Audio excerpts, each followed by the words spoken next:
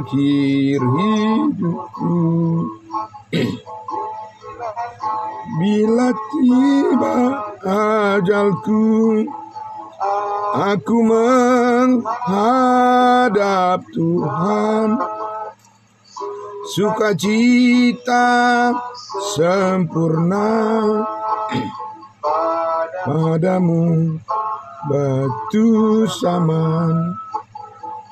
Aku bersandar teguh, sandar teguh.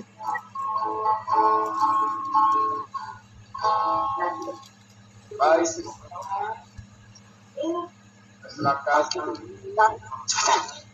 Gimana Pak Carlos Semora untuk menyampaikan firman Tuhan? Oke, baik. Selamat pagi. Terima kasih hambanya Bapak Pendeta Pardosi. Ya, buka Pak Carlos Semora. Iya. Oke, ya. Terima kasih. Selamat pagi semuanya, Bapak Ibu Saudaraku yang dikasihi Tuhan Yesus. Terima kasih hambanya Bapak Pendeta Pardosi untuk puji-pujian yang sudah dinaikkan bersama. Terima kasih untuk semangat rohani. Terima kasih untuk kehadiran dan kebersamaan kita yang sangat luar biasa pagi hari ini, saudara-saudaraku yang dikasihi Tuhan Yesus.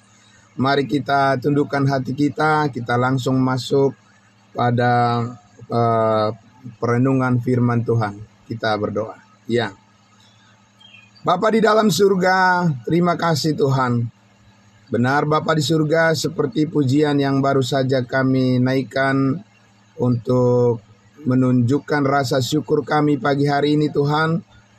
Kepadamu, batu saman yang menjadi tempat kami bersandar teguh. Dan Engkau telah menyucikan hati kami, menyucikan kehidupan kami dengan darah-Mu yang kudus. Sehingga kami dilayakkan untuk melayani-Mu, memuji-muji Engkau Tuhan, bersyukur kepadamu. Di pagi hari ini, terima kasih Tuhan Yesus untuk semangat yang baru yang terus Engkau kerjakan di dalam hati dan pikiran dari semua orang-orang kudus-Mu ya Tuhan, orang-orang percayamu yang setia kepada kebenaran-Mu. Dan kami berterima kasih ada firman Tuhan yang terus menerangi hati dan pikiran kami. Kami sambut dengan penuh syukur. Di dalam nama Tuhan Yesus kami berdoa. Haleluya. Amin. Amin. Bapak Ibu Saudaraku yang dikasihi Tuhan Yesus, mari kita kembali, kita buka Alkitab kita dari kitab Roma. Kita akan melihat lagi bagian yang berikutnya dari topik yang sudah kita bahas. Akan kita teruskan lagi tentang pernyataan dari Rasul Paulus bahwa saat ini kita adalah orang-orang yang sangat terberkati, ya, oleh karena bangsa pilihannya, bangsa Israel mengalami keadaan di mana mereka membuang kesempatan yang diberikan oleh Tuhan dan sekarang kita sangat menghargainya. Baik Bapak Ibu Saudaraku, ya, kita akan membaca Alkitab kita dari Roma pasalnya yang ke-11, ayatnya yang ke-12. Saya akan membaca sampai ayatnya yang ke-15 saja dulu. Ya, Roma pasal 11 ayatnya yang ke-12 sampai 15. Ya. Demikian firman Tuhan. Ya, selamat pagi juga saudara kami yang setia dari Manado. Saudara kami, Saudara Rivo, selamat pagi saudaraku ya. Tuhan memberkati. Ya, Roma 11 mulai dari ayat 12. Sebab jika pelanggaran mereka berarti kekayaan bagi dunia, dan kekurangan mereka kekayaan bagi bangsa-bangsa lain, terlebih-lebih lagi kesempurnaan mereka. Aku berkata kepada kamu, hai bangsa-bangsa bukan Yahudi, justru karena aku adalah rasul untuk bangsa-bangsa bukan Yahudi, aku menganggap hal itu kemuliaan pelayananku. Yaitu kalau aku dapat membangkitkan cemburu di dalam hati kaum sebangsaku menurut daging, dan dapat menyelamatkan beberapa dari mereka. Sebab jika penolakan mereka berarti pendamaian bagi dunia, dapatkah penerimaan mereka mempunyai arti lain daripada hidup dari antara orang mati? Ya, Bapak Ibu Saudara yang dikasihi Tuhan Yesus, kemarin kita sudah melihat bahwa berkat yang kekayaan yang dijanjikan oleh Tuhan kepada bangsa Israel melalui perjanjian atau covenant Allah dengan nenek moyang mereka adalah bukan hanya berkat rohani, tetapi lebih menonjol kepada berkat-berkat secara jasmani, secara fisik, karena kepada mereka dijanjikan kerajaan sorga, kerajaan mesianis, ya, di bumi ini. Jadi itu pasti terlihat, ya, pasti kelihatan, pasti nyata, bisa dilihat oleh mata kepala manusia, ya, yang hidup di bumi ini. Namanya juga berkat-berkat secara fisik atau secara jasmani. Dan juga mujizat-mujizat ditandai dengan tanda-tanda, ya, keheranan atau tanda-tanda mujizat yang bisa disaksikan oleh orang-orang atau bangsa-bangsa di bumi ini melalui perbuatan-perbuatan yang dilakukan oleh orang-orang Israel. Dan itu sudah ditunjukkan oleh Yesus Kristus sebagai firman yang menjadi daging, anak manusia. Dikatakan Yesus Kristus ketika dia membuat banyak mujizat-mujizat, kesembuhan-kesembuhan, mengusir setan dan sebagainya secara nyata dari orang-orang Israel pada waktu Yesus ada di bumi ini. Jadi saudara-saudara, sekarang kita lihat, kalau Tuhan sedang memakai, nah ini yang penting. Kalau Tuhan sedang memakai umatnya bangsa Israel menjadi saluran berkat, ya, bagi dunia, maka mereka akan selalu berhasil. Ya, saya ulang sekali lagi. Kalau Tuhan sudah memakai umatnya bangsa Israel sebagai jalan untuk memberkati bangsa-bangsa lain sesuai dengan janjinya kepada Abraham, Ishak dan Yakub, maka akan terlihat semua orang Israel akan berhasil. Tidak ada kegagalan pada mereka. Mari kita lihat di dalam Mazmur apa yang dikatakan oleh Daud, ya, di dalam Mazmur pasal 1 yang sering dikutip oleh orang-orang, ya, pada saat menyampaikan firman Tuhan, memotivasi para pendengarnya, ya, dengan Mazmur 1. Kita lihat inilah perkataan Daud, dan sesungguhnya karakter daripada Mazmur 1 ini disampaikan oleh Daud tentang bangsanya sendiri, yaitu bangsa Israel, ya, bukan kepada semua orang. Kita lihat Mazmur 1, ya, mulai dari ayat 1 sampai ayatnya yang ketiga. Oke, Mazmur 1.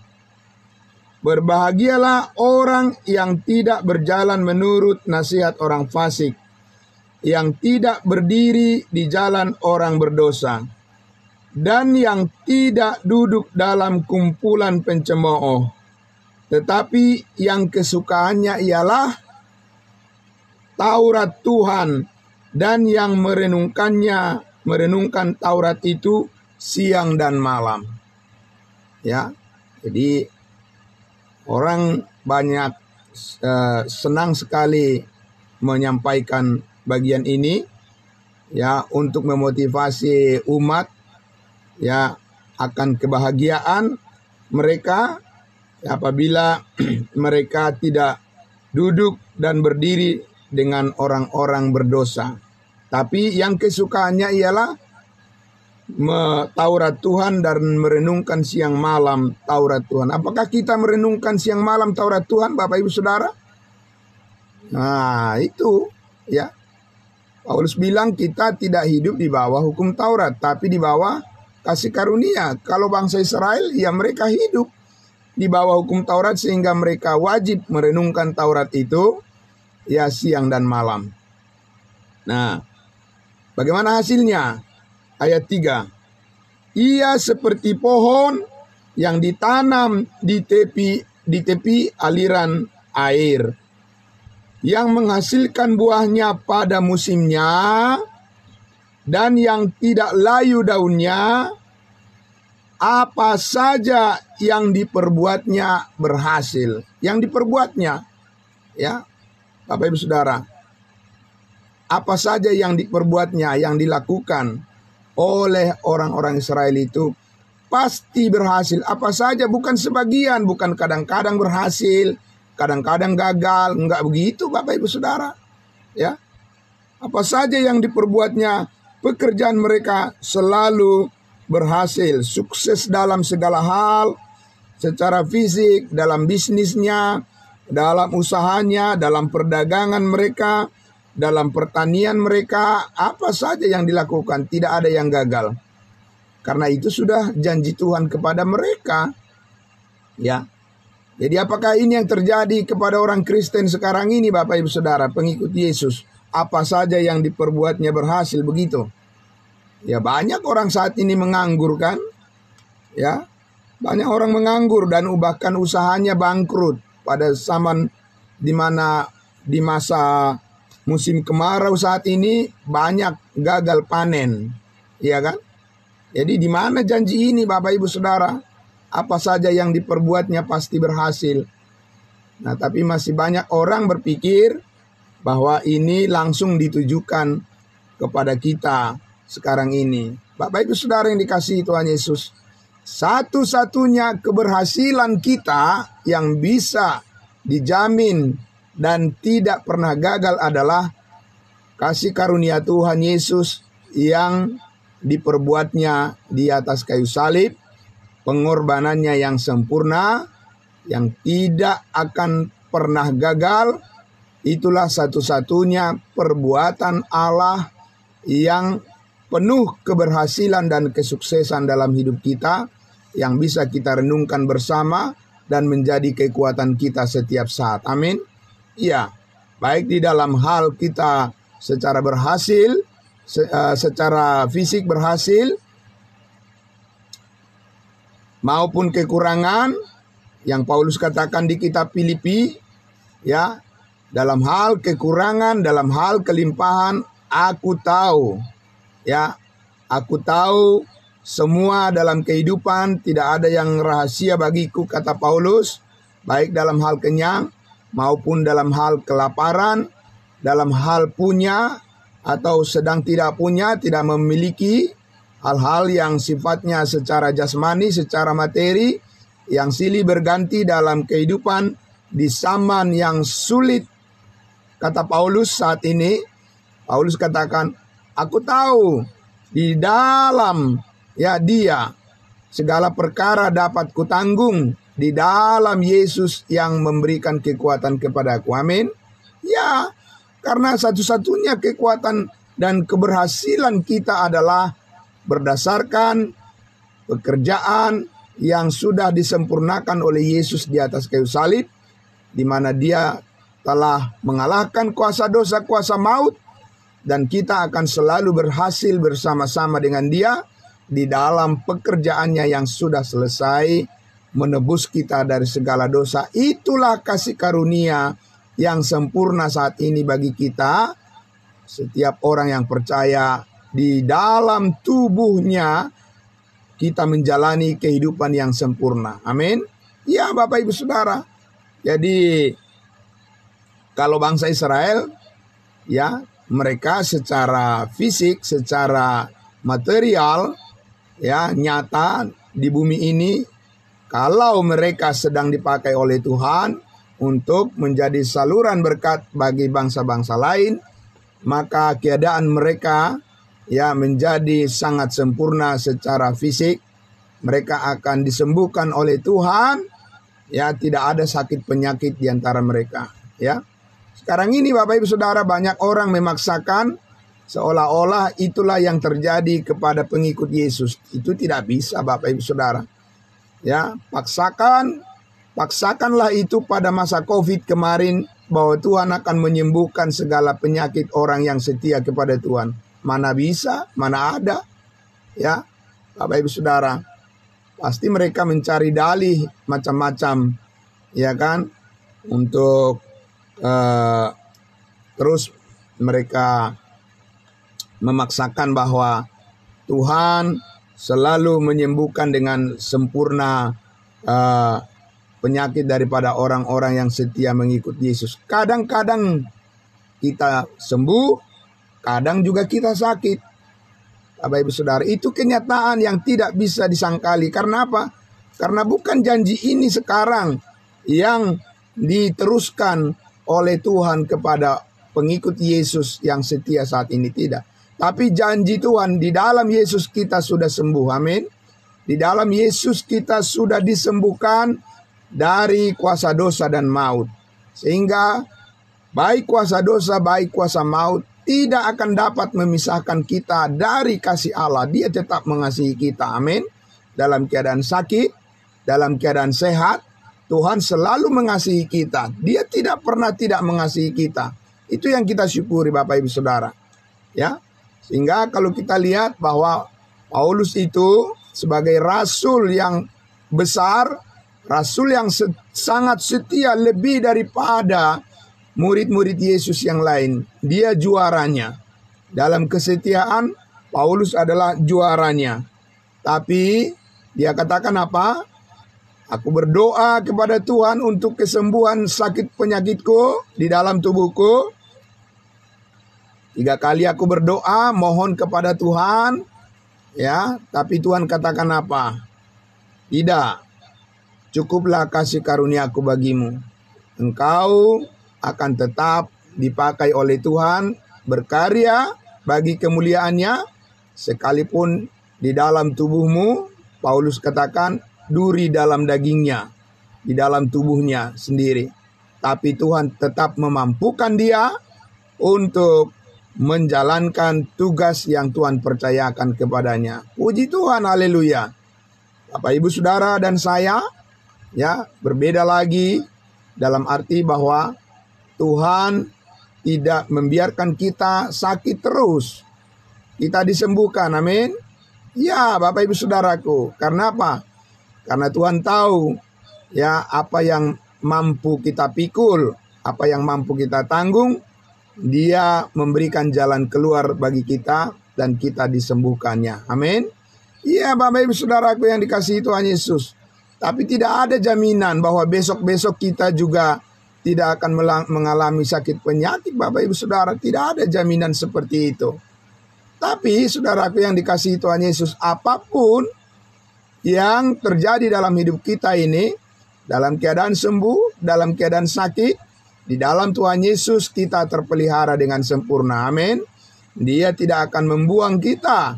Ya, dia tidak akan meninggalkan kita. Dia tidak akan mengabaikan kita. Bapak Ibu Saudara, Tuhan Yesus akan selalu menyertai kita dengan damai sejahteranya. Amin. Itu ya. Jadi saudara-saudaraku yang dikasihi Tuhan Yesus, ya. Jadi kita lihat sekali lagi, ya Bapak Ibu Saudara, bahwa di dalam iman kasih karunia ini kita dilatih untuk menjadi pribadi-pribadi yang panjang sabar. Amin. Yang dilatih oleh Tuhan menjadi pribadi-pribadi yang setia, penuh keyakinan di dalam hati kita.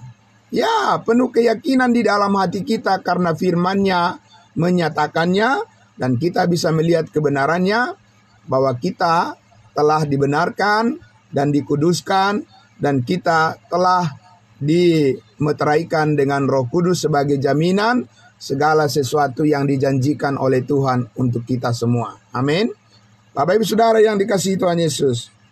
Karena itulah ya, ketika Tuhan Yesus datang ke dunia ini sebagai firman yang menjadi daging, firman yang Allah yang menjadi manusia, maka dia harus menunjukkan bagaimana janji Allah kepada nenek moyang bangsa Israel itu benar-benar digenapi di dalam diri Yesus Kristus sebagai Mesias, sebagai Raja, ya, di atas segala raja, yang berkuasa atas alam, ya, yang berkuasa atas segala penyakit, yang berkuasa atas setan-setan, dan yang berkuasa menunjukkan bahwa bangsa Israel adalah umat pilihan Tuhan. Mereka mempunyai keistimewaan apabila Yesus ada di tengah-tengah mereka. Mari kita lihat Bapak Ibu Saudaraku, ya. Di dalam Lukas pasal 6. Di sini Lukas pasal 6 kita akan melihat di sini Yesus menyembuhkan mereka secara total, ya. Totalitas daripada kesembuhan yang Yesus lakukan kepada umatnya, yaitu orang-orang Israel pada zaman di mana Yesus hidup di dunia ini. Ya, Lukas pasalnya yang ke-6. Kita akan membacanya mulai dari ayat 17. Ya, ayat 17. Oke. Lukas pasal 6 ayatnya yang ke-17. Ya. Lalu ia turun dengan mereka dan berhenti pada suatu tempat yang datar. Di situ berkumpul sejumlah besar dari murid-muridnya dan banyak orang lain yang datang dari seluruh Yudea dan dari Yerusalem dan dari daerah pantai Tirus dan Sidon. Mereka datang untuk mendengarkan dia, mendengarkan Yesus, dan untuk disembuhkan dari penyakit mereka. Juga mereka yang dirasuk oleh roh-roh jahat beroleh kesembuhan. Ayat 19. Dan semua orang banyak itu berusaha menjamah dia karena ada kuasa yang keluar daripadanya, dari Yesus, dan semua orang itu disembuhkannya. Sekali lagi, dan semua orang itu disembuhkannya, bukan sebagian. Bapak Ibu Saudara, ya, ada yang sembuh, ada yang tidak sembuh. Ya, seperti zaman sekarang ini yang dipraktekkan oleh orang-orang yang katanya dia mempunyai karunia kesembuhan. Ya kan? Nah, sebagian sembuh, sebagian tidak sembuh. Ya, katanya karena orang-orang itu tidak mempunyai iman yang kuat. Tidak ada begitu Bapak Ibu Saudara. Kalau penyembuhan itu datang dari Yesus, mana bisa ditunda? Tidak ada berangsur-angsur sembuh. Ya, dan itu membuktikan bahwa apa yang mereka lakukan itu bukanlah kehendak Tuhan, tapi itu adalah keinginan daging mereka sendiri, Bapak Ibu Saudara, ya.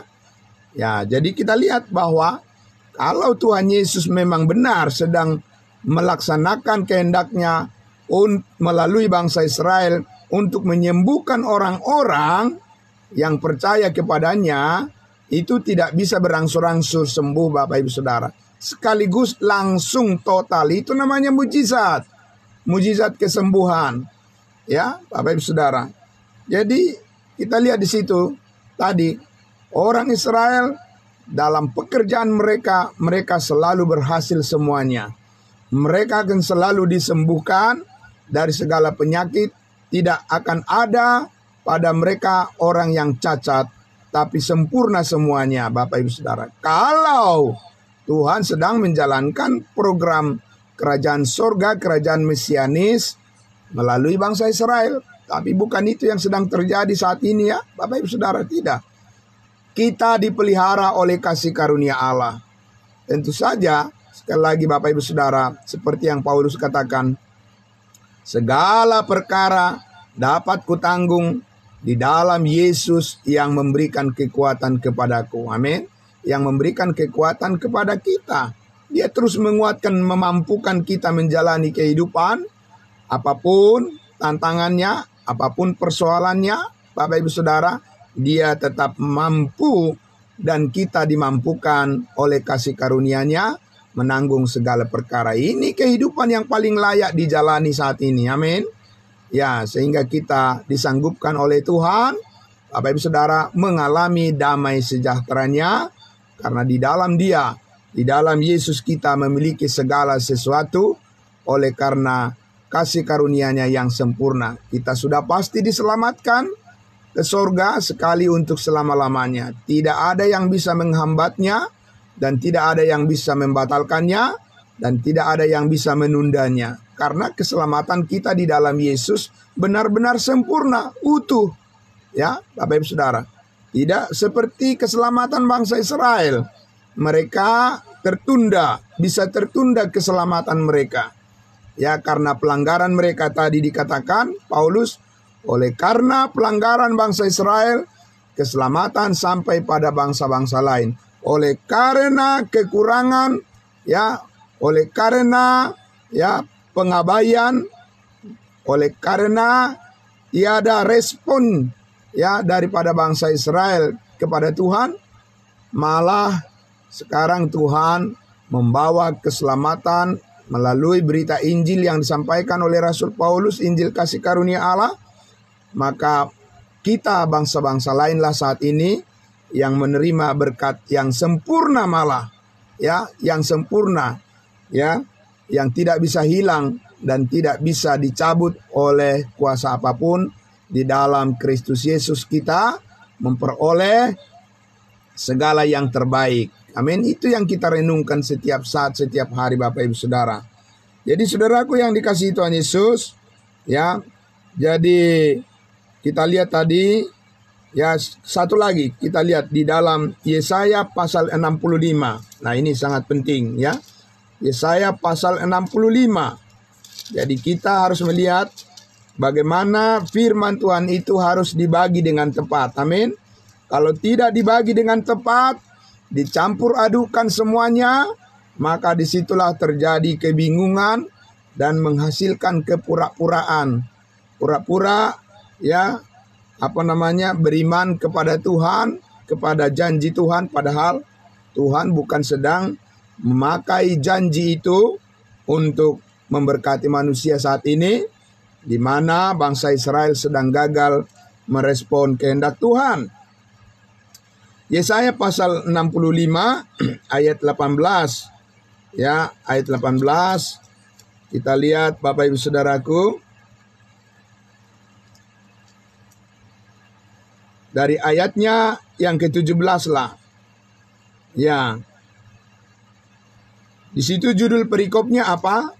Janji mengenai langit yang baru dan bumi yang baru. Nah, itu Bapak Ibu Saudara. Jadi bukan sekarang, ya. Karena sekarang belum ada langit baru dan bumi yang baru. Nanti sesudah selesai penghakiman yang terakhir, ya. Ayat 17. Sebab sesungguhnya aku menciptakan langit yang baru dan bumi yang baru. Hal-hal yang dahulu tidak akan diingat lagi dan tidak akan timbul lagi dalam hati. Tetapi bergiranglah dan bersorak-sorak untuk selamanya atas apa yang kuciptakan. Sebab sesungguhnya aku menciptakan Yerusalem penuh sorak-sorak dan penduduknya penuh kegirangan.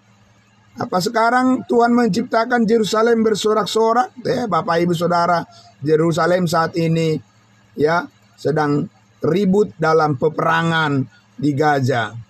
Ya, bukan kedamaian yang ada saat ini di sana, kekacauan. Ya, jadi jangan asal mengambil ayat firman Tuhan itu untuk hanya sekedar menyenangkan hati manusia.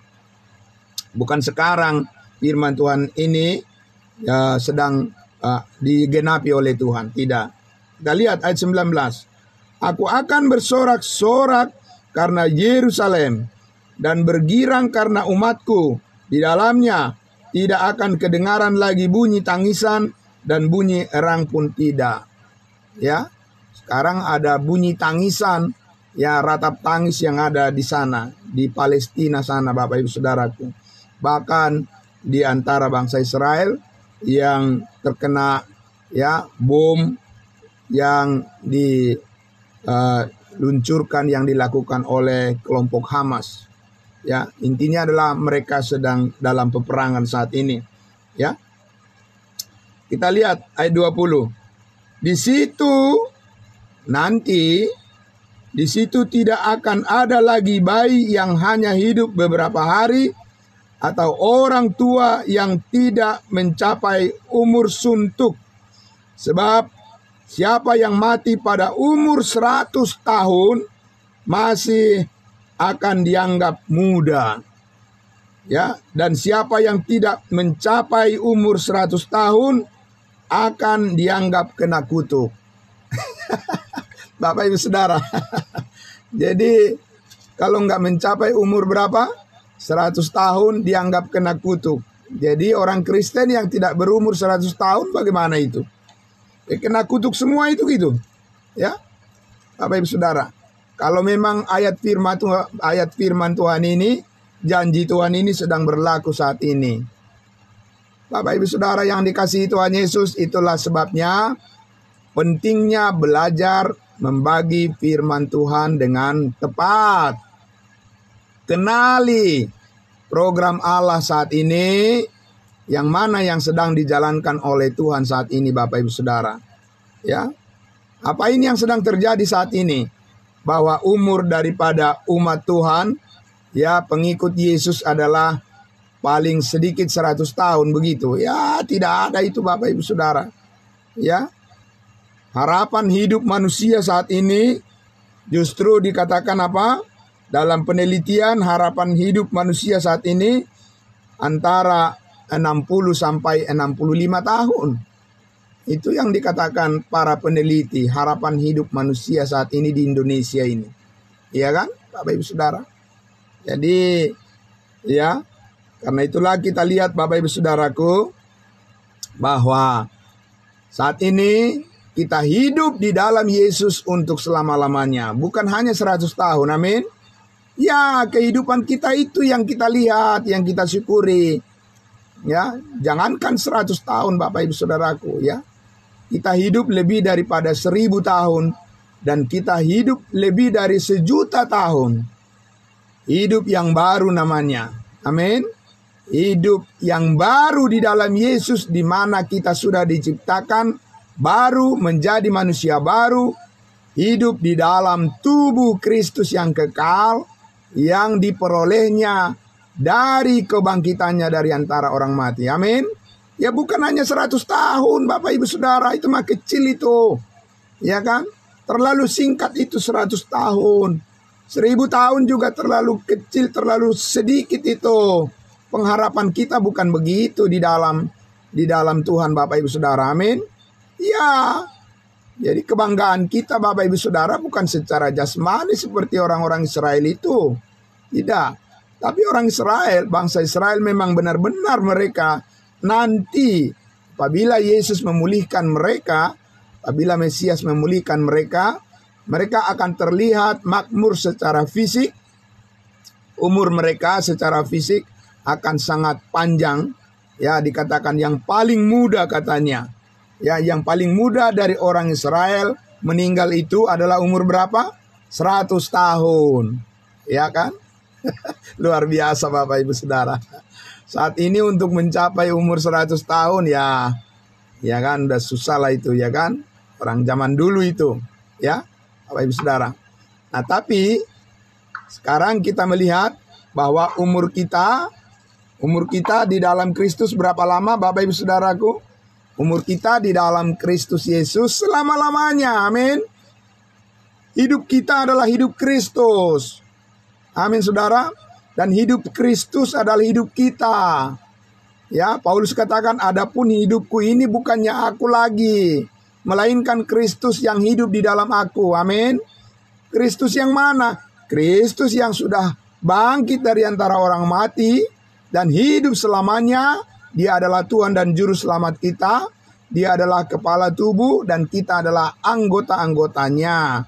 Jadi Bapak Ibu Saudara, bukan hanya 100 tahun kita hidup di dalam Tuhan, selama-lamanya. Amin. Itulah sebabnya pengharapan kita tidak bisa putus dan kita tidak akan kecewa ya oleh karena keadaan-keadaan di sekitar kita, Bapak Ibu. Artinya bahwa pengharapan kita di dalam Tuhan Yesus adalah pengharapan yang utuh, yang permanen, yang total. Pengharapan kita yang sempurna. Pengharapan kita adalah pengharapan yang sudah ditebus oleh darah Kristus.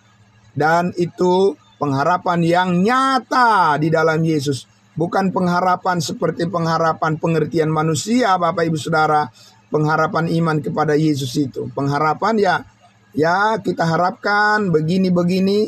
Kita harapkan seperti ini. Itu artinya apa? Bisa ya, bisa tidak. Ya, bisa yes, bisa no. Itu pengharapan yang dimaksud manusia. Tapi kalau pengharapan iman di dalam Yesus Kristus, semua janji Tuhan bagi kita adalah ya dan amin. Amin Bapak Ibu Saudara. Jadi karena itu saudaraku, di pagi hari ini diberkatilah kita semuanya oleh karena pengharapan kita di dalam Kristus Yesus. Pengharapan yang begitu indah, pengharapan yang begitu luar biasa, pengharapan yang nyata di dalam Yesus. Maka perlu iman yang terus ditumbuhkan untuk memahami kebenaran ini.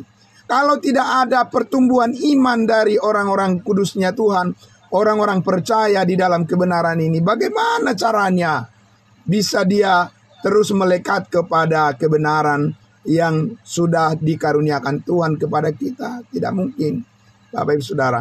Karena itulah, Bapak Ibu Saudaraku, kita sudah mendengarkan kebenaran firman Tuhan pagi hari ini. Dan semuanya berkat kasih karunia Tuhan itu dikaruniakan kepada kita melalui iman. Ya, Efesus 2 ayat 8 dan 9. Sebab oleh karena kasih karunia kamu diselamatkan melalui iman. Itu bukan hasil usahamu, tetapi pemberian Allah. Itu bukan hasil pekerjaanmu. Jangan ada orang yang memegahkan diri. Amin. Jadi Bapak Ibu Saudara, kita merendahkan hati kita di hadapan Tuhan karena kita telah menerima kasih karunia-Nya yang sempurna. Itulah jalan hidup kita yang paling indah dan paling mulia dari hari ini sampai selama-lamanya. Kita tetap bersyukur. Mari kita berdoa untuk semuanya ini. Bapa di dalam surga, terima kasih Tuhan kami Yesus Kristus. Engkau telah memastikan kami telah diselamatkan sekali untuk selama-lamanya di dalam Kristus Yesus. Kami telah dipulihkan sekali untuk selama-lamanya di dalam Kristus Yesus. Kami telah dibangkitkan sekali untuk selama-lamanya bersama-sama dengan Kristus Yesus. Dan Engkau telah menyempurnakan hidup kami sekali untuk selama-lamanya di dalam kasih karunia Kristus Yesus. Engkaulah segalanya dan yang terindah dalam hidup kami. Kami bersyukur karena kami sudah pasti diselamatkan di dalam Kristus Yesus. Kami menjalani kehidupan yang penuh berkat oleh karena Tuhan telah mengaruniakannya kepada kami melalui iman. Di dalam nama Tuhan Yesus kami berdoa dan bersyukur. Diberkati semua saudara-saudara kami yang telah mendengarkan kebenaran firman-Mu. Dalam nama Yesus, haleluya, amin. Amin. Terima kasih kepada kita semuanya. Bersyukur kepada Tuhan Yesus. Saya kembalikan kepada hambanya Bapak Pendeta Bardosi. Ya, selamat pagi semuanya, saudara-saudaraku. Tuhan memberkati ya. Shalom. Ya, salam kudus.